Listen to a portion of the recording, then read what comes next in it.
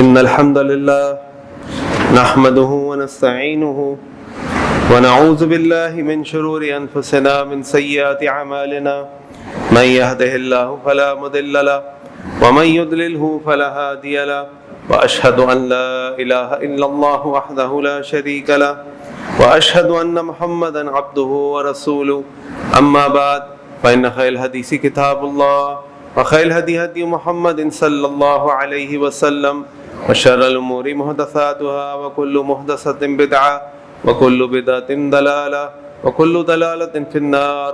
وقال الله تعالى: يا أيها الذين آمنوا اتقوا الله حق تقاته ولا تموتن إلا وأنتم مسلمون.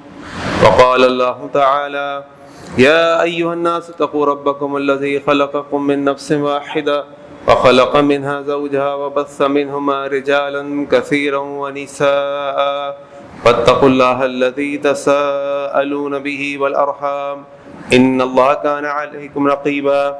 وقال الله تعالى: يا أيها الذين آمنوا اتقوا الله وقولوا قولا سديدا يصلح لكم أعمالكم ويغفر لكم ذنوبكم ومن يطع الله ورسوله فقد فاز فوزا عظيما.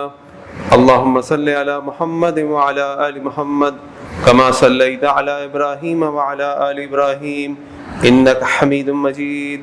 اللهم بارك على محمد وعلى آل محمد كما باركت على إبراهيم وعلى آل إبراهيم إنك حميد مجيد.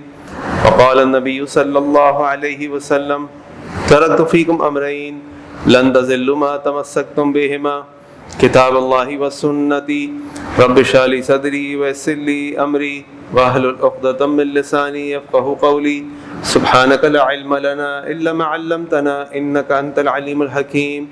اللهم ارنا الحق حقا وارزقنا اتباعه وارنا الباطل باطلا وارزقنا اجتنابه آمین یا رب العالمین. اگر آپ علماء کرام اور خطباء سے پوچھیں کہ آپ کے پاس لوگوں کی طرف سے جو سوالات آتے ہیں وہ سوالات کس موضوع پر سب سے زیادہ ہوتے ہیں، اور وہ آپ کو بتائیں گے کہ سب سے زیادہ سوالات جن موضوعات یا جس موضوع پر آتے ہیں وہ طلاق کا موضوع ہے. فون آتا ہے: جی میں نے اپنی بیوی کو غصے میں طلاق دے دی، کیا طلاق ہوگی؟ فون آتا ہے: جی ہم نے غصے میں اپنی بیوی کو طلاق دے دی، میرے چھوٹے چھوٹے بچے ہیں، کیا کریں، کوئی راستہ ہے؟ میں نے تینوں طلاقیں ایک ساتھ دے دیں. اور اس طرح کے سوالات بہت زیادہ آ رہے ہوتے ہیں، اور اس کی وجہ یقیناً یہی ہوتی ہے کہ معاشرے کے اندر جو مسائل ہیں ان میں ایک بہت بڑا مسئلہ طلاق کی بڑھتی ہوئی تعداد کا ہے، گھریلو جھگڑوں کی بڑھتی ہوئی تعداد کا ہے. اسی لیے علماء کہتے ہیں کہ جتنی تیاری آپ اپنی شادی کے لیے کرتے ہیں اس سے زیادہ تیاری آپ کو طلاق دینے کے وقت بھی کرنی چاہیے. یعنی جب شادی ہو رہی ہوتی ہے تو ایک پورا گھر خاندان جو ہے وہ کئی مہینوں تک اس شادی کے چکروں میں پھنسا ہوتا ہے، جو کہ صحیح نہیں ہے. ہمارے دین کے اندر تو شادی کا تصور بہت آسان ہے. اللہ کے نبی صلی اللہ علیہ وسلم کے صحابی عبد الرحمن بن عوف رضی اللہ عنہ، جو اللہ کے نبی صلی اللہ علیہ وسلم کی وجہ سے ہجرت کر کے مکہ سے مدینہ آئے، سب کچھ چھوڑ کے آ گئے، آ کے اللہ کے نبی کو بتایا، اللہ کے نبی صلی اللہ علیہ وسلم میں آ گیا ہوں. اس کے کچھ دنوں کے بعد اللہ کے نبی صلی اللہ علیہ وسلم کو مدینہ میں ایک جگہ ملتے ہیں، دیکھا کہ عبد الرحمن کے کپڑوں پہ خوشبو لگی ہے. پوچھا: عبد الرحمن یہ کیا ہے؟ عبد الرحمن نے کہا: اللہ کے نبی صلی اللہ علیہ وسلم میری شادی ہو گئی.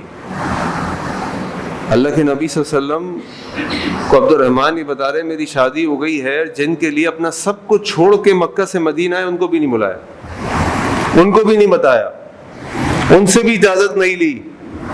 شادی اتنی آسان ہے. ہم نے اس کو اپنے لیے ایک ایسا مسئلہ بنا لیا کہ زندگی اور موت کا مسئلہ ہے، اور اس میں اتنا زیادہ ہم پھنس جاتے ہیں کہ زندگی کا سارا سرمایہ، زندگی کا سارا وقت اسی میں لگا رہتا.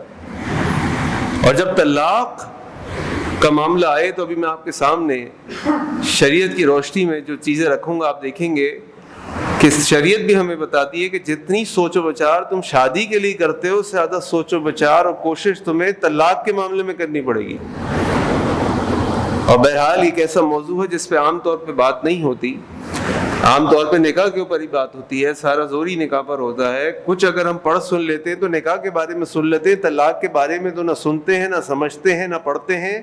اور جب جاہلوں کی طرح اللہ کی کتاب سے کھیلتے ہوئے، جیسے ابن ماجہ کی ایک روایت ہے کہ اللہ کے نبی صلی اللہ علیہ وسلم فرمایا ما بالو اقوام، کیا ہو گیا لوگوں کو، یلعبون بکتاب اللہ، وہ اللہ کی کتاب کے ساتھ کھیلتے ہیں. ویقول احدکم او ویقول احدہم، ان میں سے ایک شخص کہتا ہے قد طلقتکی قد راجعتکی قد طلقتکی، جاؤ میں نے تمہیں طلاق دی، جاؤ میں نے تمہیں واپس لے لیا، جاؤ میں نے تمہیں طلاق دی. یلعبون بکتاب اللہ، تم اللہ کی کتاب کے ساتھ کھیلتے ہو.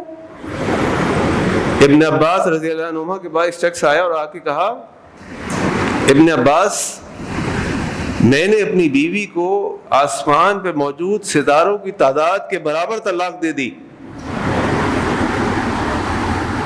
کیا کروں، کوئی راستہ ہے؟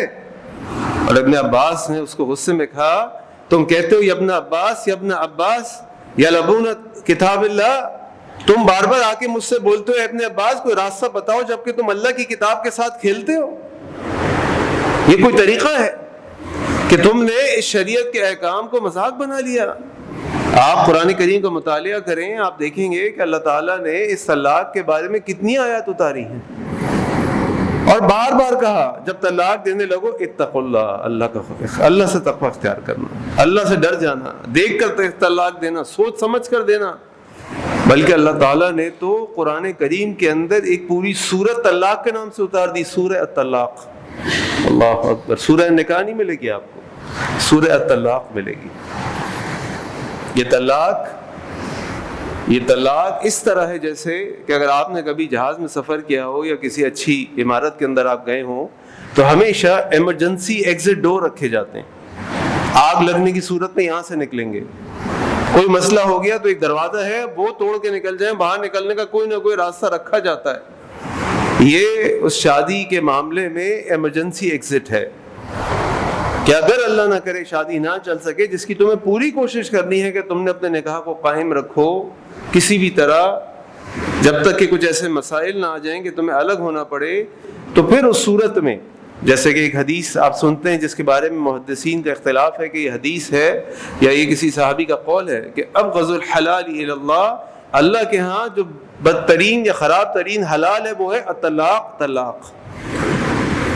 یہ راستہ شریعت نے ہمیں دیا ہے کہ اگر کسی بھی وجہ سے دو افراد جن کی شادی ہوئی ہے وہ شادی کو قائم نہیں رکھ سکتے تو وہ اس طلاق کے راستے کو استعمال کر سکتے ہیں. میں نے آپ کے سامنے پچھلے چند مہینوں سے نکاح اور شادی کے موضوعات پہ بات کر رہا تھا اور آج انشاءاللہ اس کا تتمہ ہے. پھر کبھی ضرورت پڑی کسی موضوع پہ اسی سے متعلق بات کی تو کی، ورنہ شروع سے لے کے آخر تک اور آج یہ طلاق کے موضوع پہ میں آپ کے سامنے کچھ اہم امور پہ بات رکھوں گا. اللہ تعالیٰ سے دعا ہے کہ اللہ تعالیٰ ہمارے گھروں کے اندر خوشیاں عطا فرمائے، اللہ تعالیٰ ہمیں اس قسم کے معاملات سے بچا کر رکھے، اور کبھی اگر یہ معاملات ہو جائیں تو شریعت کا بتایا ہوا راستہ اختیار کیا جائے. ابھی کوئی 2-3 ہفتے پہلے شاید آپ لوگوں نے ٹی وی پہ خبر چل رہی تھی، ہر جگہ وائرل ہو رہی تھی کہ لاہور میں ایک شوہر بیوی کے درمیان طلاق کے معاملے میں بچوں کی کسٹڈی کا کیس چل رہا تھا، اور اس کسٹڈی کے کیس میں جج نے جو بھی حقیقت واقعہ ہوگا واللہ عالم، ماں کو بچے حوالے کر دیے. جب ماں اپنے ان بچوں کو لے جانے لگی تو اس بچے نے رو رو کے کہا، رو رو کے مجھے میرے پاپا کے پاس جانے دو، مجھے میرے پاپا کے پاس جانے دو. بچہ رو رہا تھا اور میرا دل رو رہا تھا. کیا ظلم ہے! اور ماں کیا کہتی ہے، بیٹا میں نے تمہیں جیت لیا، بیٹا میں نے تمہیں جیت لیا. وہ بچے رو رہے ہیں، 4 سال 5 سال کا بچہ رو رہا ہے، مجھے اپنے پاپا کے پاس جانے دو، مجھے اپنے پاپا کے پاس جانے دو، مجھے اپنے پاپا سے دور نہ کرو. باپ ہے اس کا، محبت کرتا ہوگا، لیکن وہ ظالم جو سسٹم ہے ہمارا، وہ جنگ چل رہی تھی، جنگ، اور بڑے ادب کے ساتھ اور پہلے سے 1000 معافیوں کے ساتھ میں آپ کے سامنے یہ بات رکھ رہا ہوں کہ ابھی انہی دنوں انہی دنوں کینیڈا کے پرائم منسٹر جسٹن ٹروڈو نے اپنی بیوی کو طلاق دی. اس کے 3 بچے تھے, 18 سال کے بعد طلاق دی. سوشل میڈیا پہ پریس ریلیز جاری کیا کہ میں اپنی بیوی کو طلاق دے رہا ہوں اور ہم دونوں نے مل کے فیصلہ کیا ہے کہ ہم ایک ساتھ نہیں رہ سکتے. اور ساتھ ساتھ یہ اعلان کیا, کیونکہ ان کی تو چیزیں جائز ہیں, کہ میں اور میری فیملی یعنی بچے اور میری یہ پرانی ایکس وائف ہم 1 ہفتے کے لیے چھٹیوں پہ جا رہے ہیں فیملی ٹرپ کے اوپر. جس میں ہمارے لیے یہ نقطہ نہیں ہے کہ وہ غیر ازدواجی تعلقات یا نامحرم, وہ ایک الگ معاملہ ہے. لیکن آپ یہ دیکھیے کہ جو طریقہ ہماری شریعت نے ہمیں بتایا ہے کہ بھائی اگر طلاق ہو جاتی ہے تو یہ طلاق کوئی پاکستان بھارت کی جنگ تھوڑی ہے, یہ کوئی کشمیری آزادی کا مسئلہ تھوڑی ہے, یہ کہ کفر اسلام کی جنگ تھوڑی ہے جو پورے خاندان ایک دوسرے کی زندگی کے دشمن بن جاتے ہیں, ایک دوسرے پہ لعن طعن کرتے ہیں, پورے معاشرے کے اندر ایک دوسرے کے کپڑے اتار کے پھینک دیتے ہیں. یہ انسانیت نہیں ہے, یہ جہالت ہے, یہ اسلام نہیں ہے, یہ اسلام نہیں ہے. صحابہ میں سے کئی ایسے تھے جن کے درمیان طلاقیں ہوتی تھیں, لیکن اس کا مطلب یہ نہیں ہے کہ وہ ایک دوسرے کے ساتھ وہ کچھ کریں جو آج ہمارے اس جہالت بھرے معاشرے میں ہوتا ہے. حضرت زید بن حارثہ رضی اللہ عنہ, اللہ کے نبی صلی اللہ علیہ وسلم کے لخت جگر, ان کا نکاح ہوا تھا اللہ کے نبی صلی اللہ علیہ وسلم کی کزن زینب بنت جہش کے ساتھ رضی اللہ عنہا کے ساتھ, نہیں بنی دونوں کی. اور یہ دونوں کون ہیں؟ جنتی لوگ ہیں. قرآن میں اگر کسی صحابی کا نام آیا ہے تو حضرت زید رضی اللہ عنہ کا نام آیا ہے. یہ جنتی لوگ ہیں, دونوں کی نہیں بنی, طلاق ہو گئی, ختم معاملہ. دونوں بھی جنتی انشاءاللہ, کوئی لعن طعن نہیں ہوئی, کوئی جھگڑا نہیں ہوا. اور اس کے بعد اللہ کے نبی صلی اللہ علیہ وسلم نے زینب بنت جہش سے رضی اللہ عنہ سے نکاح کر لیا, ہماری ام المومنین بن گئی. یہ ہے اسلام. اسلام وہ نہیں ہے جو ہمارے معاشرے میں رائج ہے, یہ وہ اسلام نہیں ہے جو اللہ کے نبی صلی اللہ علیہ وسلم لے کر آئے تھے. اسی لیے میں اپنے خطبات میں دروس میں عام طور پہ یہ حدیث پڑھتا ہوں طبرانی کی کہ ترکت فیکم امرین لن تضلوا ما تمسکتم بہما کتاب اللہ و سنتی. اللہ کے نبی صلی اللہ علیہ وسلم فرمایا میں تمہارے درمیان 2 چیزیں چھوڑ کے جا رہا ہوں, اگر تم ان دونوں چیزوں کو مضبوطی سے تھام لو گے, یعنی اللہ کی کتاب اور نبی کریم سے فرماتے میرا طریقہ, تو تم کبھی گمراہ نہیں ہوگے, تم کبھی ذلیل و خوار نہیں ہوگے. آج ہم نے اس پورے نبی کریم صلی اللہ علیہ وسلم کے طریقے کو, اللہ کی کتاب کو صرف اپنی عبادات کے ساتھ خاص کر لیا ہے, اور اس میں بھی ہم جس قسم کا رویہ اپناتے ہیں اور جو ہمارا طریقہ کار ہے وہ بھی اگر آپ اسوہ رسول دیکھیں تو ویسا نہیں ہے. پوری زندگی کو یہ حدیث ہماری اپلائی کرتی ہے, لقد کان لکم فی رسول اللہ اسوۃ حسنہ, یہ پوری زندگی کے متعلق ہے. اللہ تعالی ہمیں قرآن و سنت پر عمل کرنے کی توفیق عطا فرمائے. اللہ تعالی قرآن میں اور احادیث میں اللہ کے نبی صلی اللہ علیہ وسلم میں پورا طریقہ بتاتے ہیں. پہلی بات تو یہ, جیسے میں نے آپ سے کہا کہ جتنی آسان اللہ تعالیٰ نے شادی کو بنایا, اتنا ہی مشکل اللہ تعالیٰ نے شریعت طلاق کو بنایا. مشکل سے مراد غور و فکر کرنا, چھان بین کرنا, سوچنا, سمجھنا. اس لیے آپ اگر شریعت کی روشنی میں دیکھیں تو طریقہ یہ کہ اللہ نہ کرے کہ کسی وجہ سے شوہر بیوی یہ سمجھتے ہیں کہ اب ان کا ساتھ رہنا ممکن نہیں ہے, آپس میں اختلافات بہت بڑھ گئے, تو سب سے پہلا اسٹیپ جو شریعت ہمیں بتاتی ہے وہ یہ کہ آپس میں ایک دوسرے سے بات کرو. کوئی اختلاف ہے تو بتاؤ کہ مجھے تمہارے ساتھ یہ مسئلہ ہے, تم اس کو صحیح کر لو, مجھے تمہارے ساتھ یہ مسئلہ ہے, تم اس کو صحیح کر لو. سب سے پہلے کوشش کرو کہ یہ کمرے کے اندر ہی بات ڈسکشن ہو کے ختم ہو جائے اور دونوں کی عزتیں محفوظ رہیں. ہمارے شیخ رحمہ اللہ, شیخ ضیاء الرحمن مدنی رحمہ اللہ, جن کی ابھی شہادت ہوئی, مجھے ایک دن بتا رہے تھے, میری بڑی اچھی ان کے ساتھ دوستی تھی, گپ شپ تھی. کہنے لگے میں نے اور میری بیوی نے یہ طے کیا ہوا ہے کاشف بھائی کہ ہم کبھی اپنے بچوں کے سامنے کسی بات پہ اختلاف نہیں کریں گے. یہ اصول ہے ہمارا, یہ ہم نے طے کیا ہوا آپس میں, جو مسئلہ ہوگا بچوں کے سامنے نہیں کریں گے, اس سے بچے ڈسٹرب ہوں گے ہمارے. میں تم طے کر لیں گے, لڑ لیں گے, کچھ بھی کر لیں گے, کمرے کے اندر کی بات کمرے کے اندر رہنی چاہیے, باہر نہیں نکلے گی, بچوں کے سامنے نہیں ہوگا. یہ ہوتے ہیں اچھے میاں بیوی, یہ ہوتی محبت, یہ ہوتا ہے گھروں کو سنبھالنے اور سنوارنے کا طریقہ. تو بہرحال شریعت ہمیں کہتی ہے آپس میں سب سے پہلے بات چیت کر لو، اور اگر آپس میں بات چیت نہیں ہو رہی، معاملہ نہیں صدر رہا، تو یوں کرو کہ کسی اپنے قریبی سے مشورہ کرو۔ تو واقعہ عفق کو اگر آپ تفصیل سے پڑھیں، جب اللہ کے نبی صلی اللہ علیہ وسلم کی زوجہ ہماری والدہ عائشہ رضی اللہ عنہ کے اوپر تہمت لگائی گئی اور پروپیگنڈا پورے عروج پر تھا مدینہ میں، اللہ کے نبی صلی اللہ علیہ وسلم بہت پریشان تھے، کیا سچ ہے کیا حقیقت ہے۔ آپ نے حضرت علی رضی اللہ عنہ کو، حضرت زید بن ثابت رضی اللہ عنہ کو بلایا، حضرت بریرہ رضی اللہ عنہ کو بلایا اور پوچھا کہ مجھے بتاؤ عائشہ کے بارے میں تم مجھے کیا مشورہ دیتے ہو؟ سب جانتے تھے کیا باتیں ہو رہی ہیں۔ تو اللہ کے نبی صلی اللہ علیہ وسلم نے پہلے اپنے دوستوں سے، قریبی لوگوں سے مشورہ کیا، اور اس مشورے میں اگر کوئی بات بتائی تو اس کا مقصد کسی کی غیبت نہیں تھی۔ یہ بھی اگر ہمیں اللہ نہ کرے سچویشن ہو اور کسی سے کوئی مشورہ کرنا ہو کسی کے بارے میں، تو جو انداز اور جو الفاظ ہوں اس میں مقصد اس کا مذاق اڑانا ہے، اس کی غیبت کرنا نہ ہو، بلکہ مشورہ طلب کرنا ہو۔ اور یہ اللہ بہتر جانتا ہے کہ ہمارے دل میں کیا ہے اور ہم جو الفاظ ادا کر رہے ہیں اس کا مقصد کیا ہے۔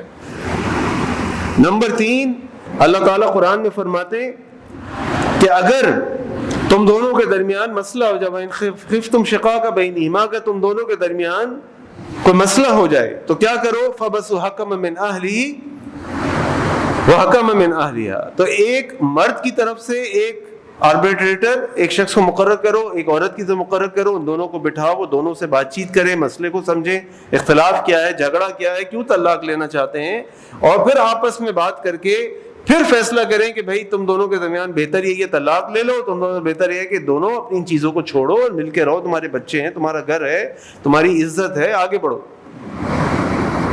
یہ قرآن ہمیں بتا رہا ہے۔ اور اس کے بعد جب بھی بات نہ بنے، اگر پھر بھی بات نہ بنے، تو شریعت جو ہمیں بتاتی ہے کوئی بھی زندگی کا اہم فیصلہ ہو تو ہمیں استخارہ کرنا چاہیے۔ اب آپ موازنہ کیجئے کہ آج ہمارے معاشرے میں جس طریقے سے طلاق دی جاتی ہے، میں تمہیں طلاق دی، یہ کر دو، گھر سے نکل جاؤ، یوں کر دو، اور شریعت کا موازنہ کیجئے کہ شریعت ہمیں کتنے سٹیپس بتا رہی ہے کہ تم اس سے پہلے کہ پہلی دفعہ اپنے منہ سے طلاق کا لفظ نکالو، یہ سارے کام کرو۔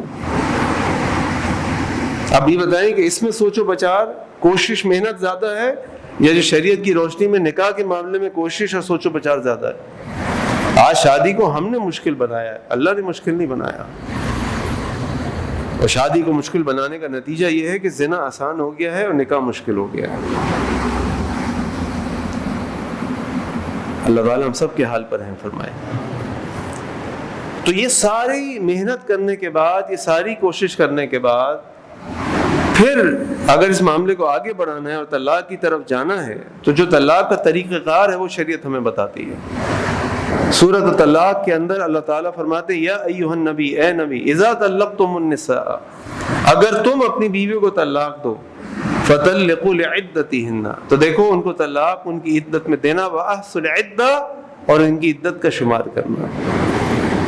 طلاق کا طریقہ کار کیا ہے؟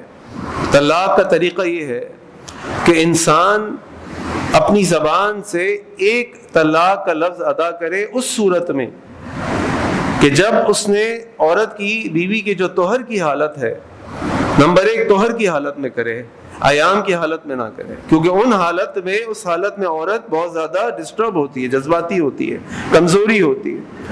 شریعت ہمیں بتاتی ہے کہ تم نے طہر کی حالت میں اس کو طلاق دینی ہے، اور اس طہر کی حالت میں، جس طہر کی حالت میں تم نے اپنی بیوی سے قربت نہیں کی۔ یا ایھا النبی اذا طلقتم النساء فطلقوهن لعدتهن، لعدتهن یعنی اس پیریڈ کے اندر، اس وقفے کے اندر کہ جب وہ عورت طہر کی حالت میں ہو اور اس طہر کی حالت میں تم نے اپنی بیوی سے قربت نہ کی ہو۔ آج ہم کیا کرتے ہیں؟ یہ طلاق، وہ طلاق، نہ آؤ دیکھا نہ تاؤ دیکھا، اور دماغ آؤٹ۔ شریعت ہمیں کیا بتا رہی ہے؟ وَأَحْصُوا الْعِدَّةَ، اور اس عدت کا شمار کرو۔ اگر ایک طلاق دے دی، اب اس عورت نے کیا کرنا ہے؟ اس کی عدت سٹارٹ ہو گئی، وَأَحْصُوا الْعِدَّةَ، اس کی عدت سٹارٹ ہو گئی۔ عدت کیا ہے؟ 3 مہینے یا 3 ایام، 3 مہینے یا 3 ایام۔ اس 3 مہینے کے اندر وہ عورت کہاں رہے گی؟ اللہ تعالیٰ اسی سورۃ طلاق میں فرماتے ہیں، لا تخرجوهن من بیوتہن ولا یخرجن، دیکھو ان عورتوں کو گھر سے مت نکالنا، اور نہ وہ عورتیں گھر سے نکلیں۔ وہ عورت وہ طلاق کی عدت شوہر کے گھر میں پورا کرے گی، اللہ تعالیٰ کا حکم یہ تم عورت کو گھر سے نہیں نکالو گے، اس کا حق ہے اس گھر میں رہے گی، اس کا گھر ہے یہ۔ اور اس کے پیچھے حکمت کیا ہے؟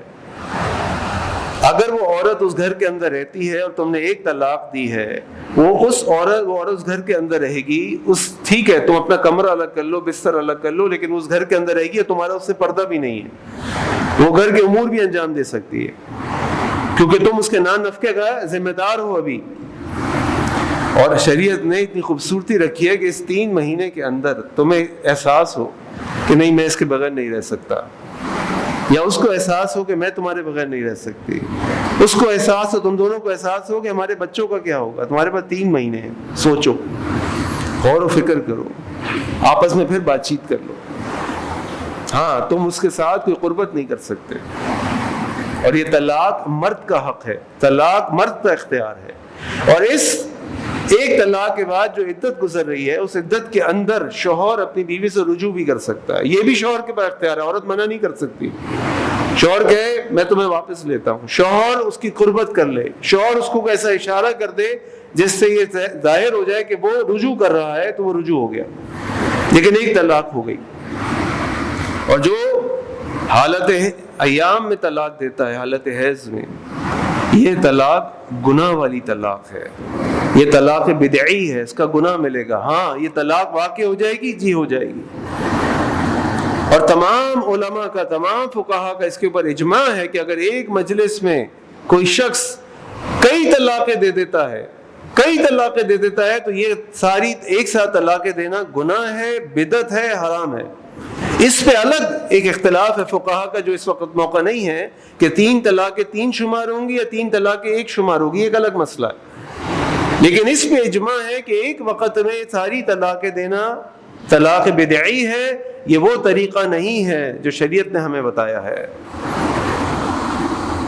اس کے بعد اگر شوہر اپنی بیوی کو واپس نہیں لیتا، 3 مہینے گزر جاتے ہیں، اس 3 مہینے میں وہ عورت اسی گھر میں بھی رہے گی، اس عورت کے نان نفقے کا ذمہ دار بھی یہ مرد ہوگا، اور پھر وہ عورت 3 مہینہ پورا کرنے کے بعد وہاں سے چلی جائے گی، اور پھر اس کو طلاق ہو جائے گی، اور دونوں کے درمیان اب کوئی تعلق نہیں ہوگا، وہ مرد اس عورت کے لیے، وہ عورت مرد کے لیے اجنبی ہوگی، دونوں کا پردہ قائم ہو جائے گا۔ وہ عورت کہیں اور شادی کر سکتی ہے، اس کو اس بات کی اجازت ہے۔ ہاں اگر ایک طلاق ہوئی جس کو طلاق رجعی کہتے ہیں، یا 2 طلاقیں ہوئیں، 3 نہیں ہوئی، تو اگر وہ شوہر اور بیوی بعد میں آپس میں شادی کرنا چاہیں تو شریعت ہمیں بتاتی ہے کہ ان کو مت روکو۔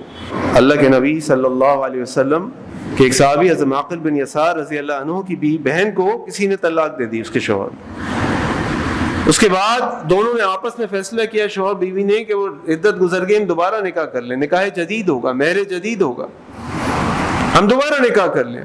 حضرت معقل بن یسار نے کہا نہیں، میں اپنی بہن کے اس شخص کو نہیں دوں گا، اسے میری بہن کو طلاق دی، میں نہیں دوں گا۔ اور اللہ کے نبی صلی اللہ علیہ وسلم نے قرآن کی آیت پڑھی ان کے سامنے کہ وَإِذَا طَلَّقْتُمُ النِّسَاءَ فَبَلَغْنَ أَجَلَهُنَّ، جب تم کسی عورت کو طلاق دے دو، عورتوں کو، اور وہ اپنی عدت کو پورا کر لیں، فَلَا تَعْضُلُهُنَّ أَن يَنكِحْنَ أَزْوَاجَهُنَّ إِذَا تَرَاضَوْا بَيْنَهُم بِالْمَعْرُوفِ، تو پھر تم کو مت روکو کہ اگر وہ آپس میں معروف طریقے سے دوبارہ نکاح کر لیں، ان کو مت روکو۔ اور جب اللہ کے نبی صلی اللہ علیہ وسلم نے حضرت معقل کے سامنے، یہ معقل بن یسار کے سامنے یہ قرآن کی آیت پڑھی، انہوں نے اجازت دے دی، ٹھیک ہے میں اپنی بہن کو اجازت دیتا ہوں کہ وہ اس سے نکاح کر لے۔ آج ہمارے معاشرے میں جس طریقے سے طلاقیں ہوتی ہیں، اس کے بعد دوبارہ شادی تو چھوڑ دیں، اس گلی سے گزرنا بھی مصیبت بن جاتی ہے۔ اس طریقے سے ہم شریعت کے ساتھ کھیلتے ہیں، یلعبون بکتاب اللہ، اللہ کی کتاب کے ساتھ کھیلتے ہیں۔ اسی طرح پھر دوسری طلاق دی جائے، پھر اس پہ انتظار کیا جائے، اگر 3 طلاقیں دینی ہیں تو پھر طے کر لیا طلاق دینی ہے تو ایک طلاق دی، وہ طہر گزر گیا، حیض گزر گیا، دوبارہ طہر آیا، اس طہر میں آپ نے اس عورت سے قربت نہیں کی، پھر آپ اس کو طلاق دے سکتے ہیں، پھر دوسری طلاق ہوگی۔ یہ اگر حیض کے درمیان دیا جائے یا اس طہر میں دیا جائے، اس طہر میں قربت حاصل کی ہے، تو یہ گناہ ہوگا۔ طلاق واقع ہو جائے گی لیکن یہ گناہ ہوگا، یہ گناہ ہوگا۔ تو اللہ تعالیٰ سے دعا ہے کہ اللہ تعالیٰ ہمیں شریعت کے احکامات کو سمجھنے کی توفیق عطا فرمائے، اور اللہ تعالیٰ ہمیں اپنی شادیوں کو اچھے طریقے سے رکھنے کی اور گزارنے کی توفیق عطا فرمائے۔ آخر دعوانا ان الحمدللہ رب العالمین۔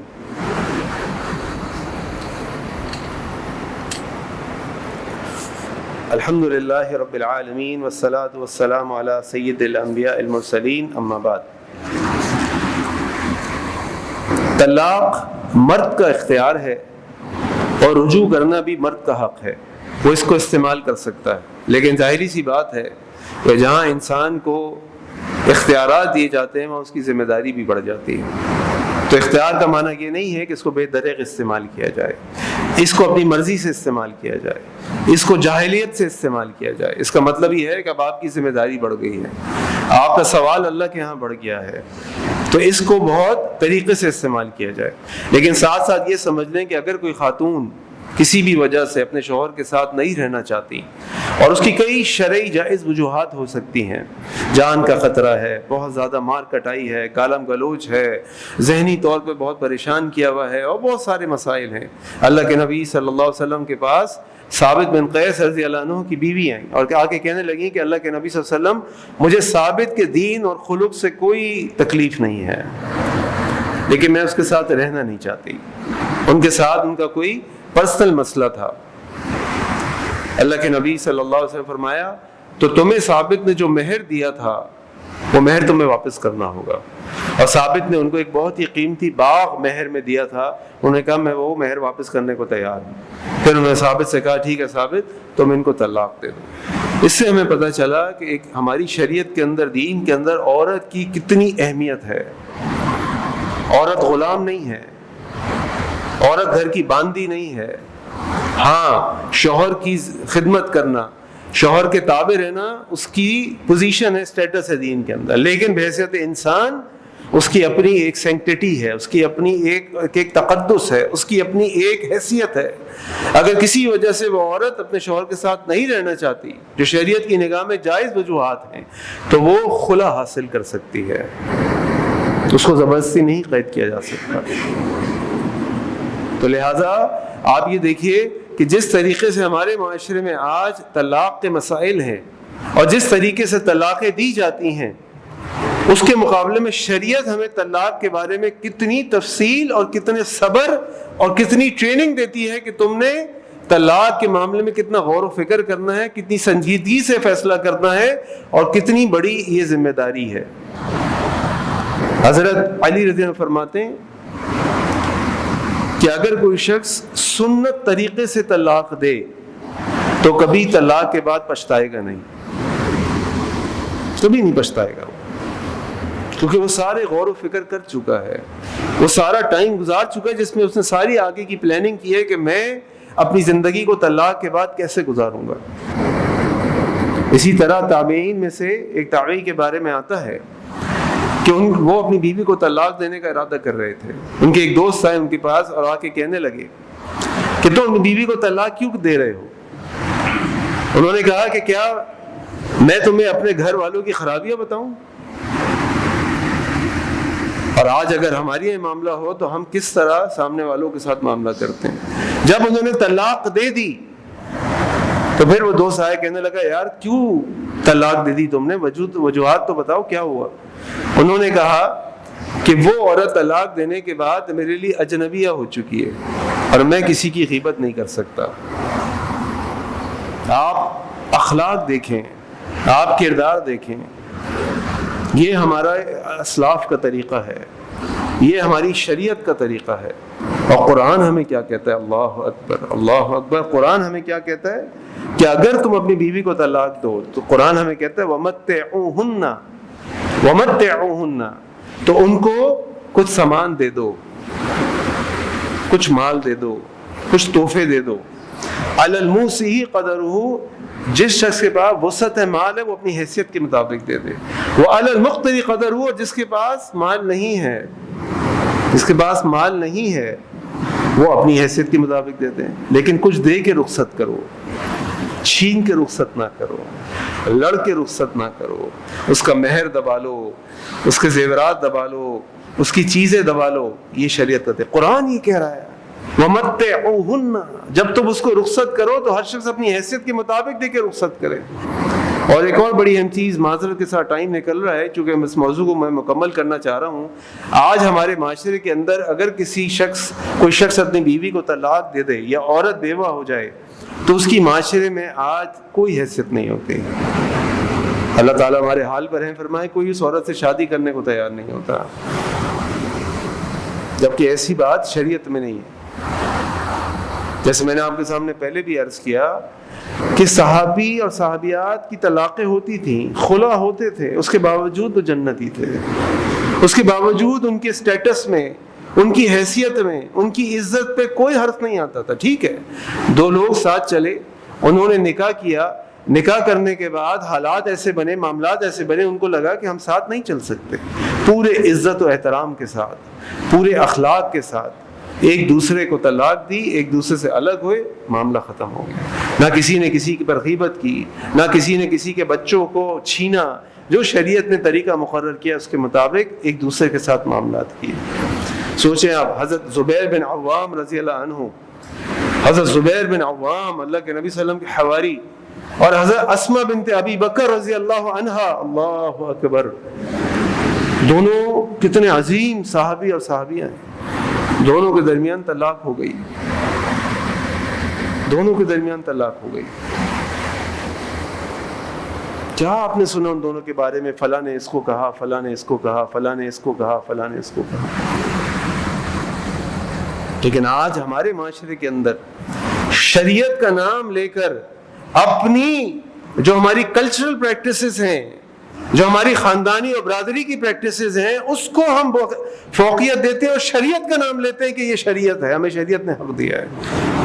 اگر ہم ایسا کرتے ہیں تو سوچئے اللہ ہم سے کتنا ناراض ہوں گے۔ اللہ کے نبی صلی اللہ علیہ وسلم فرما رہے ہیں، ما بال اقوام یلعبون بکتاب اللہ، کیا ہو گیا ہے لوگوں کو اللہ کی کتاب کے ساتھ کھیلتے ہیں۔ قد طلقتک، قد رجعتک، قد طلقتک، اللہ اکبر۔ اور یہ سورۃ طلاق کے اندر ہی یہ مشہور آیت ہے جو ہم پڑھتے ہیں۔ کیا مشہور آیت ہے؟ کہ وَمَن يَتَّقِ اللَّهَ يَجْعَل لَّهُ مَخْرَجًا وَيَرْزُقْهُ مِنْ حَيْثُ لَا يَحْتَسِبُ۔ اللہ تعالیٰ فرما رہے ہیں کہ اگر طلاق ہو جائے، اے عورت، اے مرد، اور تم اللہ کا تقوی اختیار کرو، وَمَن يَتَّقِ اللَّهَ يَجْعَل لَّهُ مَخْرَجًا، اللہ تعالیٰ تمہارے لیے اور راستے کھول دے گا، وَيَرْزُقْهُ مِنْ حَيْثُ لَا يَحْتَسِبُ، تمہارے لیے وہاں سے اسباب پیدا کرے گا، وہاں سے رشتے پیدا کرے گا، وہاں سے آسانیاں پیدا کرے گا، تم سوچ بھی نہیں سکتے، تم سوچ بھی نہیں سکتے۔ تو ہمیں شریعت پر عمل کرنے کی ضرورت ہے، ہمیں اپنے کلچر پر عمل کرنے کی ضرورت نہیں ہے، ہمیں اپنی برادری کی روایات پر عمل کرنے کی ضرورت نہیں، ہمیں اسلام پر عمل کرنے کی ضرورت ہے۔ ہم یہ نہیں کریں گے، ہمارا معاشرہ جس تیزی سے برباد ہو رہا ہے اس سے زیادہ برباد ہو جائے گا، اور اس کے اثرات اللہ تعالیٰ ہم سب پر ہیں، فرمائے ہم سب کے گھروں پر ہیں۔ میں یقین سے کہہ سکتا ہوں کہ آپ میں سے کوئی ایسا نہیں ہوگا کہ جو کسی ایسے گھر کو نہ جانتا ہو جہاں میاں بیوی کے جھگڑے ہوں، یا میاں بیوی کی طلاق ہو گئی ہو، اور طلاق کے بعد جو طوفان بدتمیزی اور جہالت مچی ہوتی ہے، آپ نے اس کا تجربہ یا اس کا منظر نہ دیکھا ہو۔ اور ہم سب عبداللہ اور عبد الرحمن ہیں، ہم سب اللہ اور اس کے رسول کو ماننے والے ہیں، اور ہم سب اللہ اور اس کے رسول کا نام لینے والے ہیں۔ ہم سب کو یہ چاہیے کہ شریعت کو اسٹڈی کریں، جتنا زیادہ اصرار اور تاکید نکاح کے معاملے میں، اس سے کہیں زیادہ طلاق کے فیصلے کے معاملے میں ہے۔ دیکھیں کتنی چیزیں میں نے آپ کے سامنے رکھی، سب یہ قرآن و سنت سے۔ اللہ تعالیٰ سے دعا ہے کہ اللہ تعالیٰ ہم سب کے گھروں کی حفاظت فرمائے۔ اللہ تعالیٰ سے دعا ہے کہ اللہ تعالیٰ ہمیں قرآن و سنت پر عمل کرنے والا بنا دے۔ اللہ تعالیٰ سے دعا ہے کہ اللہ تعالیٰ ہمیں اپنے معاملات کو اچھے اخلاق کے ساتھ، اچھے کردار کے ساتھ، اچھے طریقے سے معاملات کو سلجھانے کی اور ادا کرنے کی توفیق عطا فرمائے۔ اللہ تعالیٰ سے دعا کریں اللہ تعالیٰ دنیا میں جہاں جہاں مسلمان تکالیف پریشانی میں تعالیٰ ان کی مدد فرما دیں۔ اللہ سے دعا کریں کہ اللہ ہمارے ملک پاکستان کی حفاظت فرما دیں۔ اللہ پاکستان کے حکمرانوں کو، ہمارے رہنماؤں کو، ہمارے مقتدر اعلیٰ جو لوگ ہیں، اللہ تعالیٰ ان سب کو اپنے فیصلے قرآن و سنت کے مطابق کرنے کی توفیق عطا فرما دے۔ اللہ ان کو فیصلے اتحاد و اتفاق کے ساتھ کرنے کی توفیق عطا فرما دے۔ اللہ ان کو اچھے اخلاق اور اچھے معاملات کرنے کی توفیق عطا فرما دے. اللہ ہمارے شہر کراچی کی حفاظت فرما دے. اللہ ہمارے جان و مال و عزت کی حفاظت فرما دے. اے اللہ ہمیں نیک اولاد بنا دے, نیک اولاد عطا فرما دے. اے اللہ ہمیں اپنے والدین کے لیے ان کی آنکھوں کی ٹھنڈک و صدقہ جاریہ بنا دے. اللہ ہماری اولادوں کو بھی ہماری آنکھوں کی ٹھنڈک و صدقہ جاریہ بنا دے. اللہ جو بہنیں بیٹیاں رشتوں کے انتظار میں, اللہ ان کے لیے نیک صالح رشتے بھیج دے. اے اللہ جو بیاہ چکے ہیں, اللہ تعالیٰ ان کے گھروں کے اندر خوشیاں عطا فرما دے.